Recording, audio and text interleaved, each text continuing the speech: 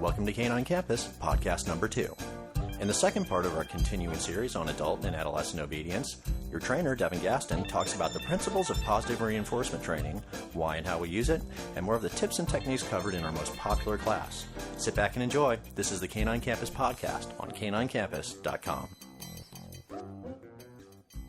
Traditional training, old-fashioned training, was based on the principle that if the dog made a mistake, that's when they got feedback. Whether it was a leash correction or a firm reprimand vocally or a swat on the butt or a shock on the shock collar. So traditionally, we kind of hung back and waited for mistakes, and that's when we gave our feedback. Positive reinforcement training is the total opposite of that. We're giving feedback for all the stuff they do right. And when they're acting inappropriately, the ultimate punishment that you can give to a dog is to walk away from them and not engage with them. So I always tell people, let your body do the talking. If they're acting appropriately, if they're doing what you want them to do, that's the time for verbal, physical, treat, praise, playing a game, tug of war, all that kind of stuff. If they're acting inappropriately, leave the room and shut the door. And be gone for 60 seconds, 90 seconds. It doesn't have to be a long period of time. What's critical about abandonment, which is what that kind of training is called, is that you are brutally consistent, that you leave the dog within 3 seconds of the undesirable behavior setting in. And that the repetition is what's key, not how long you're gone. So it's more important to do it 10 times one night for 60 seconds versus twice one evening for an hour. The hour doesn't have the impact. It's the fact that you're leaving that does. So I do this with mouthing puppies. If a puppy mouths me, I leave them. It's what every member of their litter would do. You're playing too hard. You're using your mouth inappropriately. We're not playing with you. And they literally, you can see it in puppy class. Lisa's seen it. Puppies turning their back on other puppies or going under a chair. It's like, you know what, I'm not going to play with you. Your jaws are too strong. So that's what we're doing. I don't want to suggest that traditional training techniques don't work. Because they do. Shock collars work. I mean, sadly, I wish they didn't, but they work. Choke chains work. Prong collars work. I have made a decision not to interact with my dogs that way. I don't want that kind of relationship with my dog. I want a spirit of cooperation with my dogs. I want my dogs to say, yay, what are we doing today? What can we do together? I think that's great. I'm not going to suggest that I've never yelled at my dogs. I have yelled at my dogs. Usually the husky, much more so than silly. But when I have a meltdown or when I get frustrated, I try to get it back on track as quickly as possible. I try to ask them to do something that I can reward them for, with physical, verbal praise, life rewards like going outside for a little adventure in the woods. I try to get it back on even footing as quickly as possible. He does not know the word no. He knows oops, and oops means try again. You could have had a treat, but you didn't get it. So, the reason why I use oops is because you can't say it angrily. Right? No, you can put a lot of baggage on the word no. Because, frankly, how many times has no been said to you where baggage wasn't attached to it, right? So, I don't trust myself to use no in a friendly, easy-go, lucky manner. Oops, it's really hard to be mad when you say oops. I mean, but that's my personal choice. So my goal is to help people communicate with their dog and set up a communication system with their dog that's productive, that's efficient, and that is not emotionally taxing. I mean, there's a lot of people that will use a choke chain that will tell me they hate using it. Well, then they're not having fun with their dog. And then you don't end up training, and then your dog's in the backyard all the time. So I want to give people the option of having a training method that you feel good about, that's fun, and that works for both of you. And that's what I think positive training is really all about. But it is a totally different way of thinking. I mean, what most people do is their dog's lying politely next to them as they're watching TV, and they ignore the dog. And they ignore the dog, and they ignore the dog, and they ignore the dog. And then the dog kind of wakes up and is a little bored and starts pulling on the pant leg. And then it's, oh, Fifi, knock it off. Inadvertently giving them the attention for the very thing we don't want. Versus when they're lying there doing nothing, that's the time to pet them. That's the time to give them a little treat. That's the time to say, that's exactly what I want. I want you to do nothing right now.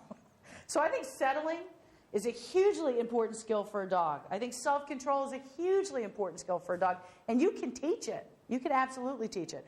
So with positive training, you really have to decide if the behavior you're trying to modify is voluntary or involuntary on the part of the dog. Because that determines your training strategy. There's a big difference between the two. Now, in class, most of the time we're working with voluntary behaviors, right? Like sit when I ask you to sit, lie down when I ask you to lie down. But in the real world, a lot of times involuntary behaviors come up. Prey drive, chasing things, fear issues, scared of vacuum cleaner. Those are things they're not making a decision about, right? It's involuntary, they're just reacting. And so your training strategy is going to be very different. You're going to use rewards very differently depending on what behavior you're working on. So with involuntary behaviors, it's pure Pavlov's dog. You change the association. That which scares you causes treats. That which scares you causes treats. So if I have dogs that are scared of other dogs, as I walk around the neighborhood, every time I see another dog, yay, dogs are great, and I throw a handful of treats on the ground. Yay, dogs are great, I hold a handful of treats. And it gets to the point in fairly short order that they see another dog, and they turn to me and say, hey, where's my treat? So they're no longer worried about that other dog. So it's sort of the same thing as if you were terrified of spiders. Terrified. Every time you saw a spider, you freaked out. And I started giving you $1,000 every time you saw a spider. It would change the way you felt about spiders pretty quickly. I mean, you'd probably be out there digging them up. Like, where's the spider? So that's how we deal with involuntary behaviors. And where prey drive is concerned, my husky has a very fierce prey drive. And most people that own huskies don't live in a house with cats, if they love the cats. But the cats came first. So the husky had to deal with the kitty poo-poos. So I basically sat there with her tethered. She had on a leash. She was under my foot. And every time a cat came in her view, I threw treats.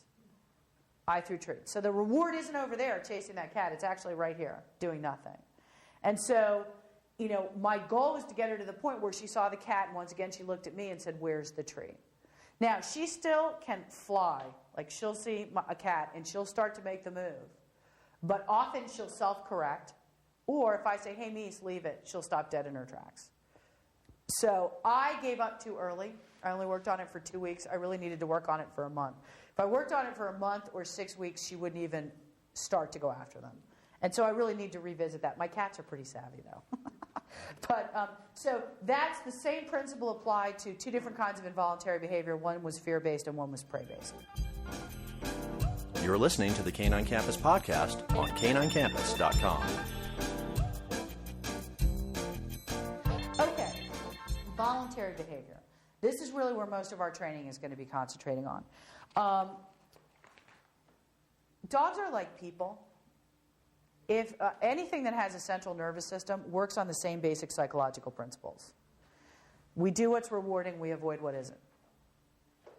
Right? We go to work because we get paid. If they stopped paying us, would we continue to show up? Well, if there were other rewards, right? Like, you know, if it was something that was intrinsically rewarding to you, that's one thing. But, you know, we do what's rewarding, we avoid what isn't. So you might remember this from the Skinner box in Psychology 101, the pigeon in the box that avoided the electrical shock and would, you know, had two levers and kept pecking the lever that delivered the corn, and wisely avoided the lever that delivered the shock, but would even put up with a shock to get the corn. That's what's so interesting. So when that became a condition of getting fed, the pigeon said, that's okay, you can shock me a little bit, just make sure you feed me the corn.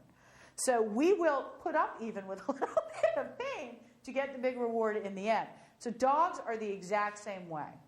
We need to figure out what's rewarding to them, and we need to make them work for every bit of it. So in this class, we tend to use food treats because they're efficient. They make sense. You know, it's not that you can't work with a squeaky toy. It's not that you can't work with a tennis ball, but it tends to get the other dogs going too. Food is a lot quicker. But I think it's an utter failure to have a dog that only works for food. I think it's an utter failure to have a dog that ignores you unless you've got food. That doesn't work for me. I'm never out and about with food. When I'm running errands with my dogs, I never have treats on me. I never think of it. But now they're 3.5 and 6, and they're at the point where they don't need that. I'm a huge fan of life rewards. So one of the things I want you to think about over the next week when you're interacting with your dog is how many things do you give your dog a day that they love? It's not just food. It's attention. It's petting. It's playing with squeaky toys. It's letting them outside to explore and go to the bathroom. It's taking them for a walk. I mean, all of these things your dog finds rewarding. Don't give them away for free. Make them work for it. Don't put the food bowl down on the ground unless your dog does something first. And I don't care what it is. A trick, looking at you in the eye, sitting. I don't care what the dog does, but it needs to do something for that food. You don't get stuff for free. Your dog shouldn't either. It sets up an ungrateful dog. It sets up a dog that is used to stuff that's for free. Now, my dogs are spoiled rotten. Spoiled rotten. I have animals in my life so I can spoil them rotten. But they still work for it. I will pay them so well with love, affection, forest and woods to play and romp in, but they need to do a little bit of something for me to get that.